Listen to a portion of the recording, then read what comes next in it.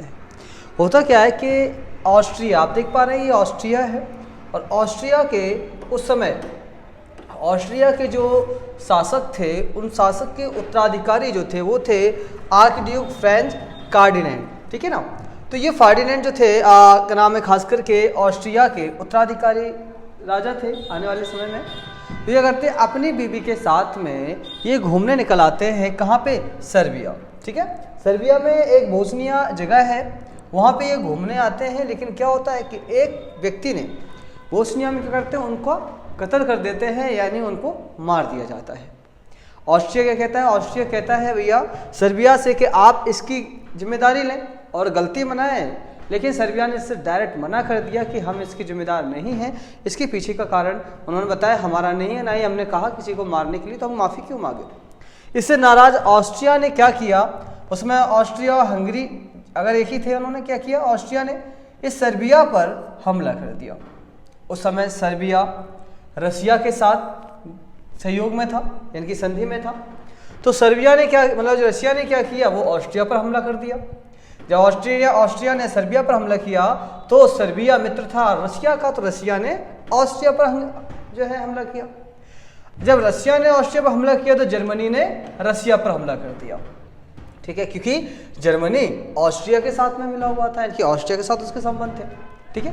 अब होता क्या भैया कि जर्मनी जब रसिया पे कर देता तो जर्मनी, मतलब रसिया के साथ में यूनाइटेड किंगडम साथ में था, यानी कि ब्रिटेन था, तो ग्रेट ब्रिटेन जर्मनी पर हमला कर देता है।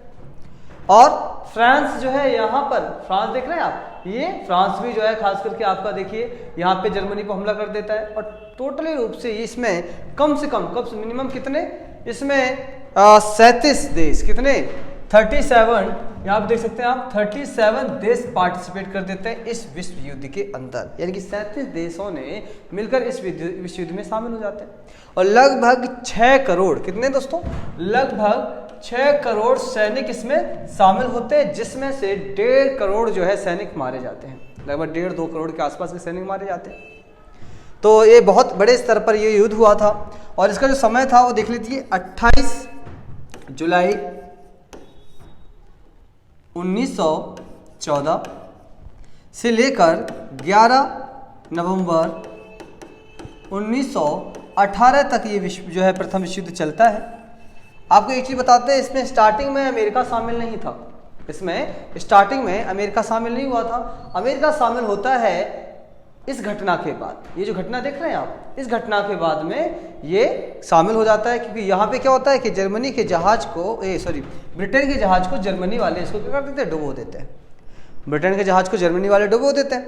अब जब ब्रिटेन के जहाज को जर्मनी वाले डुबोते हैं तो इस जहाज में 1153 लोग शामिल थे, जिसमें से 128 जो लोग थे वो थे अमेरिका के। किसके थे दोस्तों, वो अमेरिका के लोग शामिल थे इसमें। तो अमेरिका इस चीज़ से नाराज होते हुए वो भी इस युद्ध में कूद पड़ता है, और फाइनली वो 1917 में, तब 1917 में इस युद्ध में शामिल हो जाता है। तो टोटली आप देख सकते हैं अलायंस पावर की बात कर लें, अलायंस पावर यानी कि मित्र राष्ट्र कौन कौन से थे दोस्तों, तो मित्र राष्ट्र में आप फ्रांस देखेंगे, रसिया देखेंगे, ब्रिटेन देखेंगे और यूएसए। अब ब्रिटेन में आपको एक चीज बता दें, इस प्रथम विश्व युद्ध में भारत भी शामिल था। क्यों, क्योंकि उस समय भारत उपनिवेश था किसका, ब्रिटेन का। किसका, ब्रिटेन का उपनिवेश था।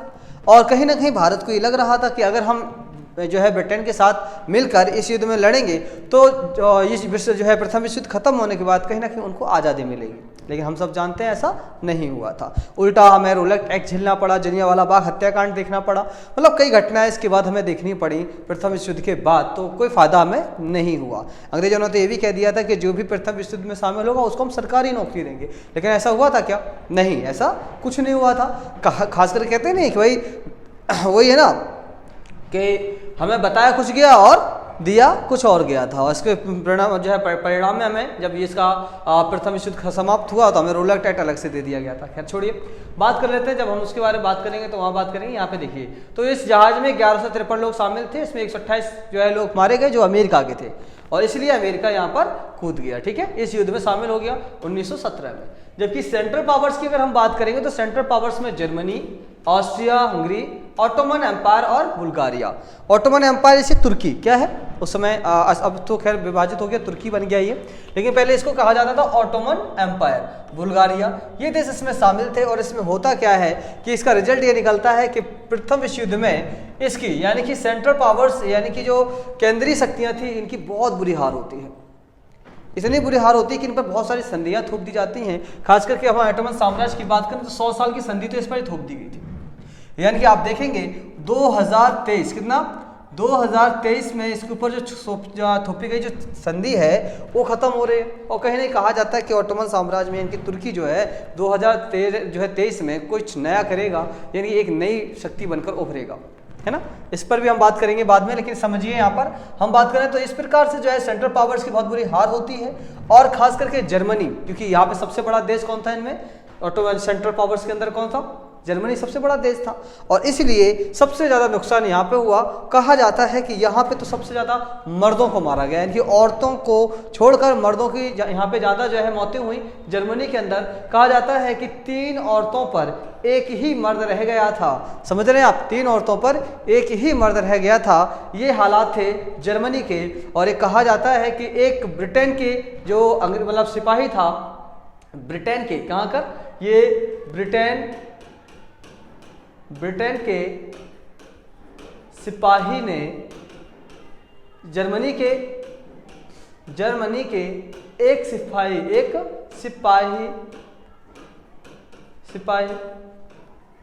की जान बचाई थी। आपको मालूम है ये सिपाही कौन था? जो जर्मनी के एक सिपाही था जिसकी ब्रिटेन के सिपाही ने जान बचाई थी। यही बाद में एडोल्फ हिटलर बन के उभरा। एडोल्फ हिटलर ये बाद में एडोल्फ हिटलर जो है जर्मनी का शासक बना। और बाद में द्वितीय विश्व युद्ध का कारण भी यही है। समझ रहे हैं आप, द्वितीय विश्व युद्ध का कारण या द्वितीय विश्व का जनक भी एडोल्फ हिटलर ही है, जिसकी एक ब्रिटेन सिपाही ने प्रथम विश्व युद्ध के समय जान बचाई थी दोस्तों। ठीक है, तो आज इस वीडियो में इतना ही रखेंगे। नेक्स्ट वीडियो में हम बात करने वाले हैं महात्मा गांधी की।